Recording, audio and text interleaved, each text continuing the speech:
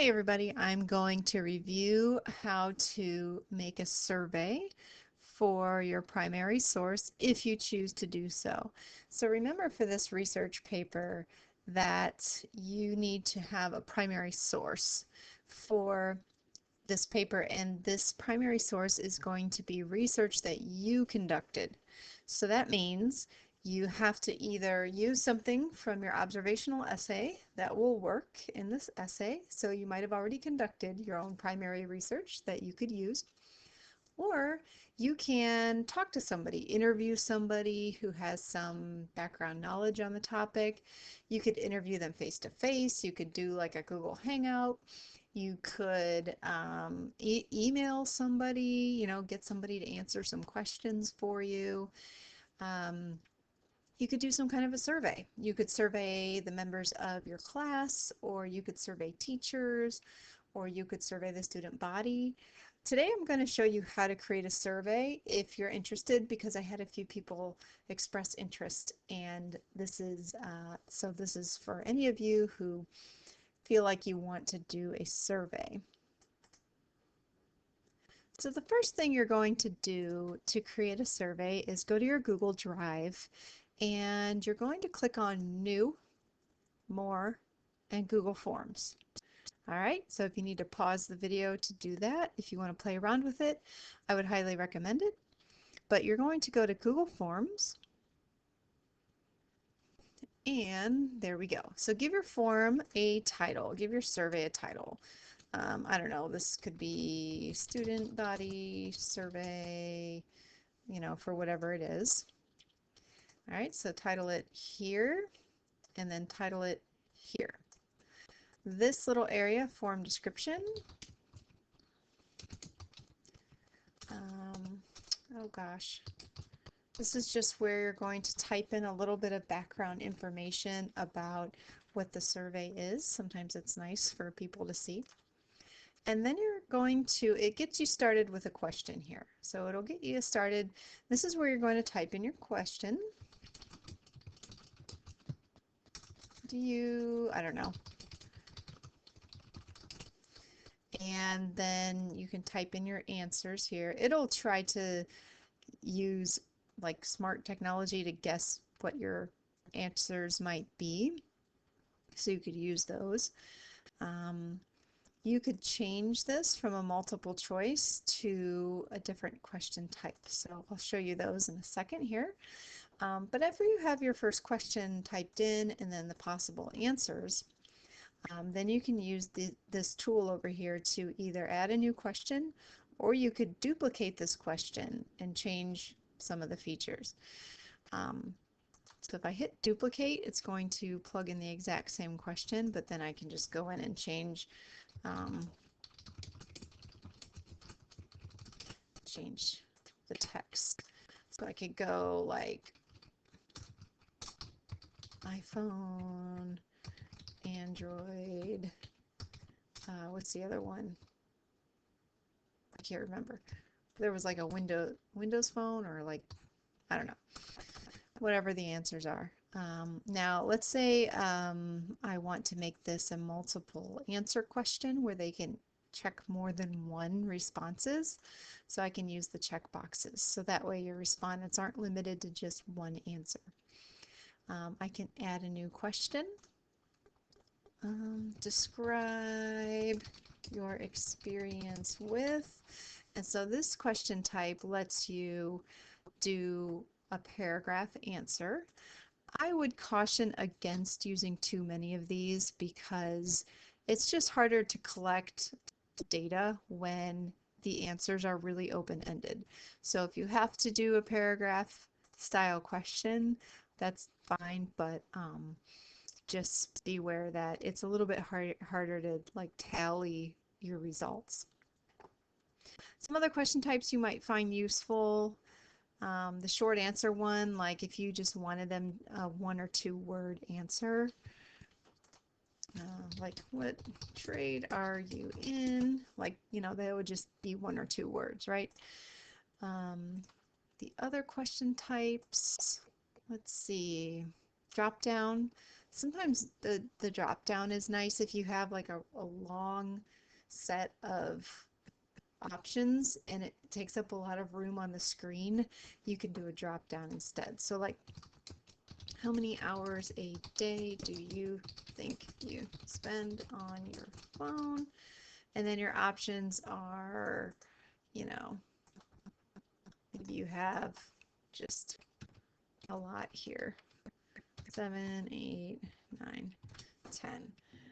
So that takes up a lot of room on the screen, right? So if you go to your preview eyeball, there's all my questions. See the drop down here? That's a little bit nicer to look at. All right, so I'm going to go back out to my editing. One other tool you may find useful is this T, title and description. This isn't a question, it's just a box where you can add more information. Survey is complete, thanks. Or maybe you have like different sections to your survey. You could use this title box in between the sections.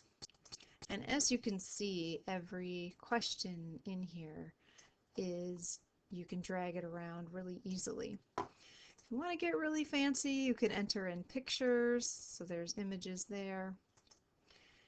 I'm not going to get into like different sections right now. But again, preview eyeball, that's how you can see how your survey is looking.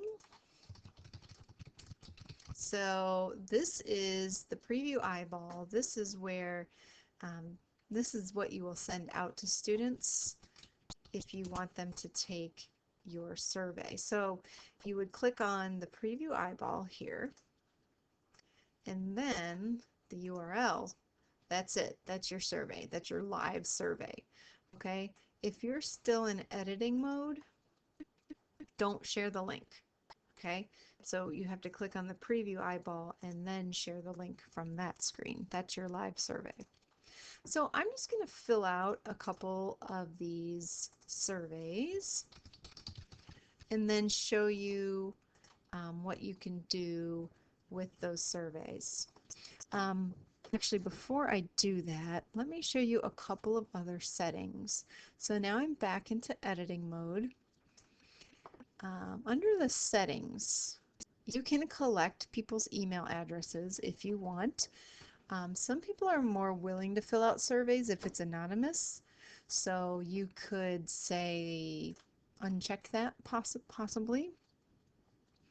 Do you want to restrict the survey to users who have an @wcsec.net account? You might, or you might not. So decide whether you want that to be checked or not. If you want to make sure that people submit the survey only once, you'll probably want to check this box here. And then do you want to let them edit their response after they submit it?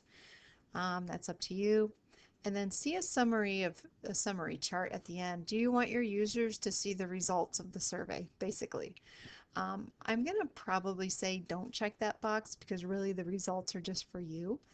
But you may want to check this one here. And then you can hit save. All right, so I'm going to go ahead and pause my video and submit a few responses so you can see what that will look like. Okay, so I've just submitted a bunch of responses. So now what you can do is on that screen where you created all the questions, you will see a responses area. And if you click on that, this is where it will show you graphs of all of your results. So if you have a smartphone, it shows you a nice handy pie chart there. Describe your experience with, that's the paragraph one. This one was a bar chart for the question about what kind of a phone do you have, and there's the responses for the trade, and there's a nice pie chart for how many hours. So you can see it sort of tallies up everything for you. Another thing you can do is you could hit this little green spreadsheet icon and it will create a new spreadsheet.